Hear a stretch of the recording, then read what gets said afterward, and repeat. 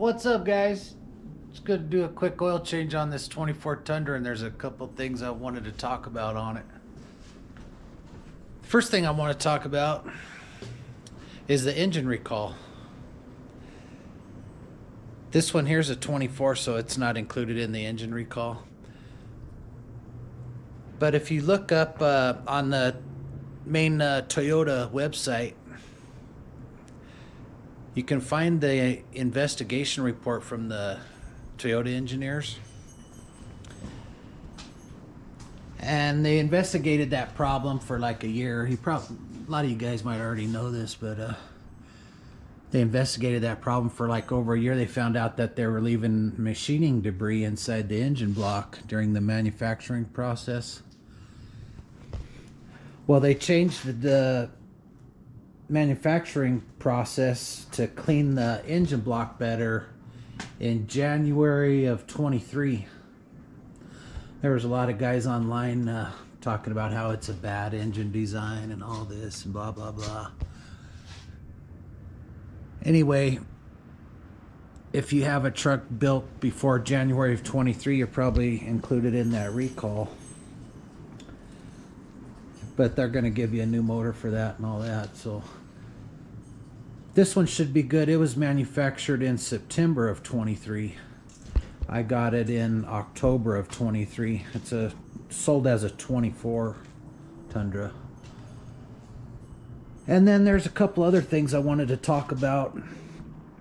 Well, you can find that investigation report and read it for yourself. There was less than 1% of the 22s and early 23s that were included in that recall. Less than 1% of them actually had a engine warranty claim, which isn't that bad, really. Anytime a truck does a full remake, engine redo, and everything, like these new Tundras were in 2022, you don't want to never buy the first year of that. Of any manufacturer, I wouldn't buy the first year of it. And then another thing, this truck has this front active air dam on the front. I already have it down right now. If you don't know how to do that, to change your oil, when you first shut the truck off, you hold up on the blinker knob and it'll bring that front active spoiler down for you, so you can get the skid plate off. And then there is one complaint I have on this truck. When it snows, this front collision sensor, I think it's right in here, it gets dirty, and then it kicks on that warning light on your dash, and you can't get it off there. You can't reset it or nothing. That's kind of annoying. Also, there is a little bit of extra cabin noise, probably because of these big doors on it here. When you got a crew cab, you got more ways for the air to come in through here when you're on the highway. What I did, I bought some 3M weather stripping and put it around the front doors. It helped a little bit. I haven't done around the back doors yet. I'll probably be doing that on one of my next projects. What else did after I change the oil, I'll show you a couple things on the dash I learned about this truck. I'm still kind of getting to know it, so I used up my 3 free factory oil changes, so I'm going to start changing it myself now, which isn't a problem because I've been changing my oil for myself for a long time. Just about every vehicle. I think this is the only truck I've ever had where I let the dealer change the oil on it, because I don't actually trust them. I like using the oil that I like. I'm going to be using Mobil 1 Advanced Full Synthetic truck and SUV, and Mobil 1 oil filter. Oh, one more thing on this front active air dam that comes down. It comes down when you're going about 37 miles an hour, I do believe. It's either 37 or 47 miles an hour. My first reaction to that was, why would they put that on the TRD off-road package? So I took it off before I had the lift kit put on. And then it was laying around in my way in the garage. So I ended up putting it back on, because when you're off-road, you're not going over 37 or 47 miles an hour, I figure. So in that case, it stays up underneath there. It folds up, you know, where it doesn't get snagged on any rocks or anything. And then when you're on the highway, it comes back down. It might help the mileage a little bit. Toyota says it helps in vehicle stability. I don't know. I ended up putting it back on. And then the front sway bar ended up... I took that front sway bar off and just left it off. I still have that off there. That's for a little more articulation on the front here. If you have this same skid plate, you don't need to remove these first two bolts all the way in the front. Just loosen them up. They'll help you get hang the skid plate back up later on. And the first thing I notice under here is the dealership torqued the crap out of these bolts holding this skid plate on. Yeah, I'm hoping they didn't torque the crap out of the the drain plug and strip it out. But yeah, these skid plate bolts were way too tight. I just broke them all loose.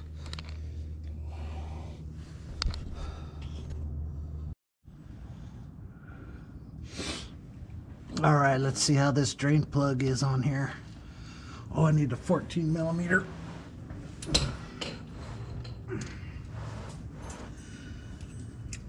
Skid plate's 12 millimeter. Drain plug's 14 millimeter.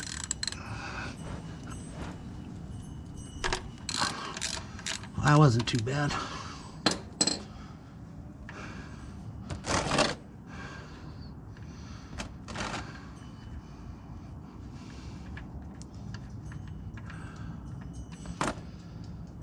All right, there's the drain plug.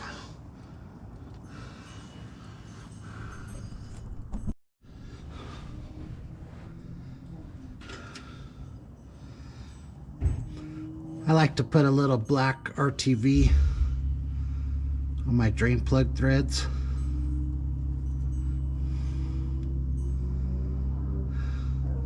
Not too much, just a little dab. Help keep it from dripping.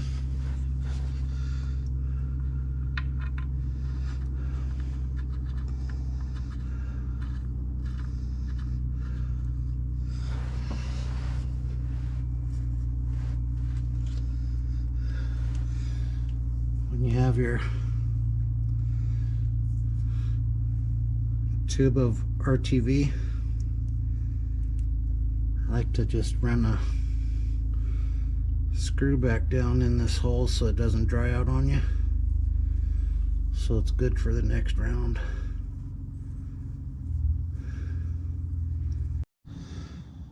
All right, now we're on to the oil filter.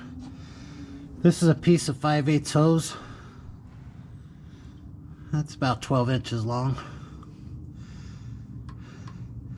These newer Tundras, they have a little funnel here right under the oil filter right here. You just slip this on here.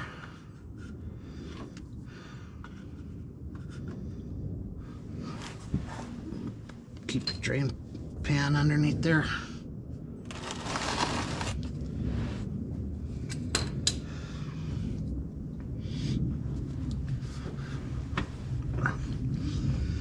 It'll catch that oil coming out of the oil filter for you.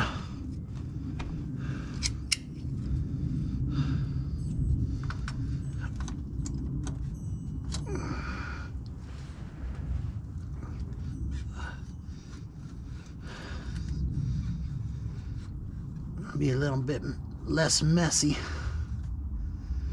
I always end up spilling a few drops of oil on my other truck when I change it.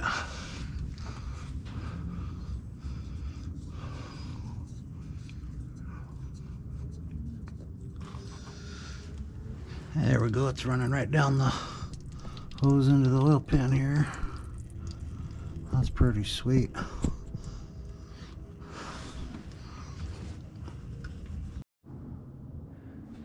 Get your nice new oil filter here.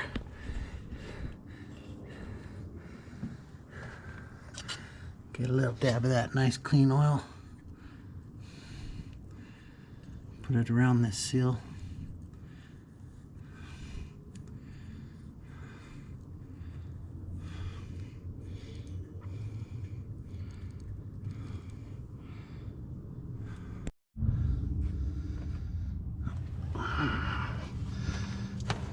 Put the new oil filter back up in here.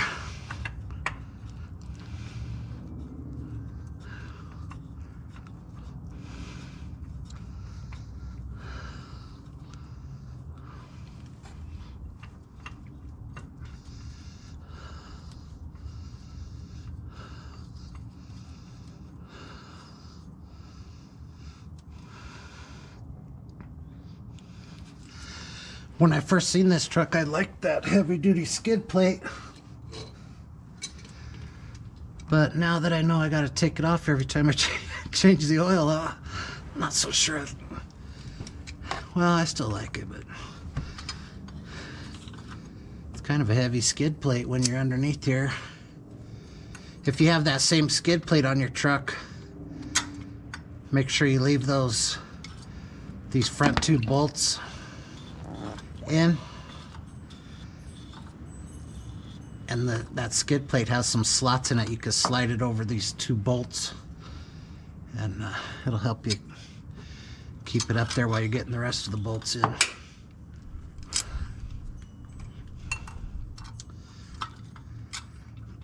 That hose I got for this drain on this oil filter is 5/8.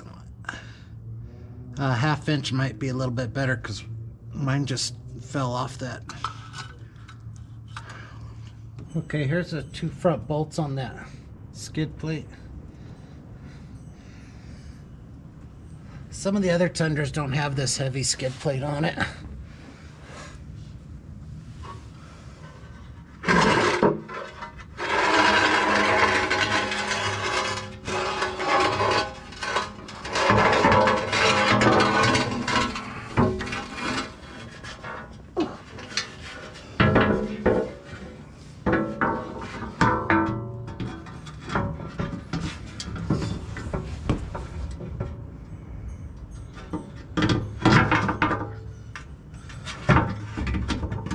Hang it on there like that, and then you're able to get these back bolts started.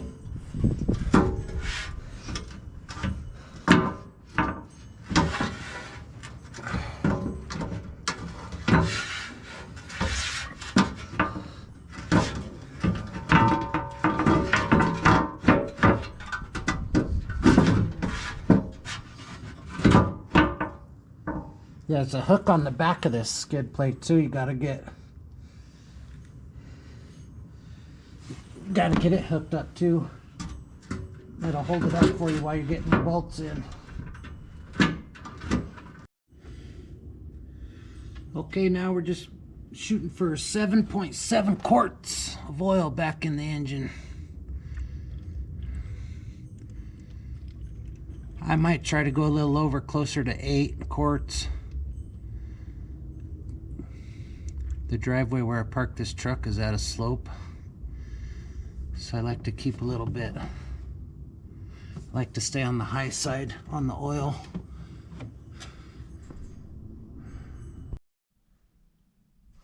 Okay, we got our oil back in. Start it up and reset the maintenance light.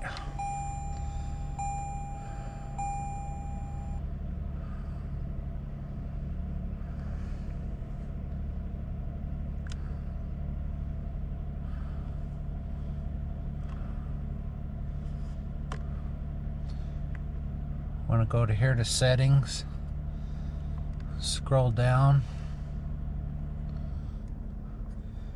Vehicle settings. Press OK.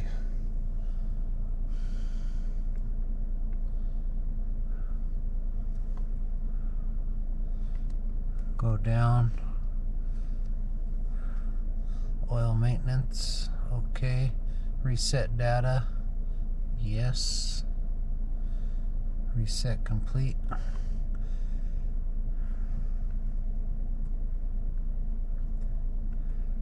There's two of them. You need to reset. Scheduled maintenance and oil maintenance. And then go back.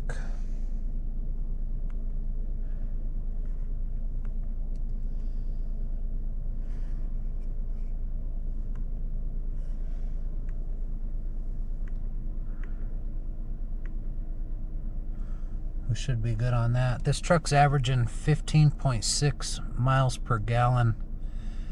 I usually drive it on economy mode. It has plenty of power for the mountains, and I mostly drive this truck for fishing trips and messing around in the mountains and stuff.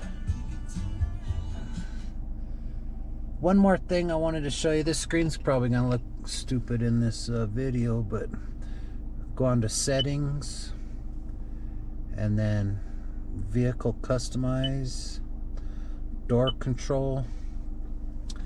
Now, I usually have somebody with me trying to get in the passenger door when I come up to the truck and try to unlock it, and it usually only unlocks the driver door, so I want to unlock all doors.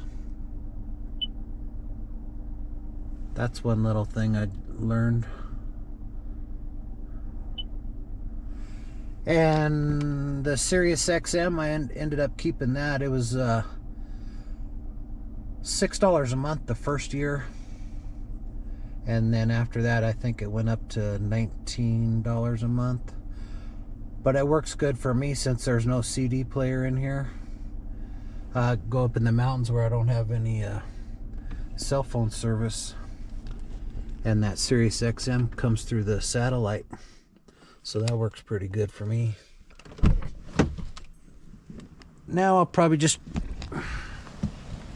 recheck the oil level and call her good. One more thing before I let you go. If you're going to be changing your own oil in these expensive trucks, make sure you keep your receipt. I like to circle the date on it and write the mileage on it. I'm going to be keeping my receipts right here in my owner's manual. Alright, have a good day.